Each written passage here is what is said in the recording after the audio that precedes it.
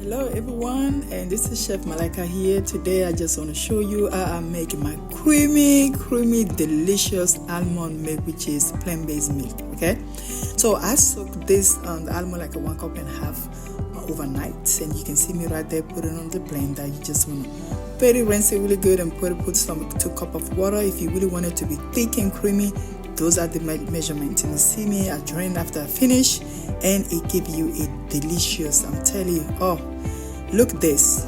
And this can be on your fridge for 3 days. I promise you, you are not going back, baby. It is great. So we're doing a challenge with my the Menopause page and then community, and I'm making all my milk from scratch, ladies. So I hope you enjoyed this video. Please share it. See me taste rather, it's so refreshing, I'm telling you. Cow doesn't have nothing on me. But this is delicious, lady. Try and let me know. Please comment below. I would really like to see your input. Ciao.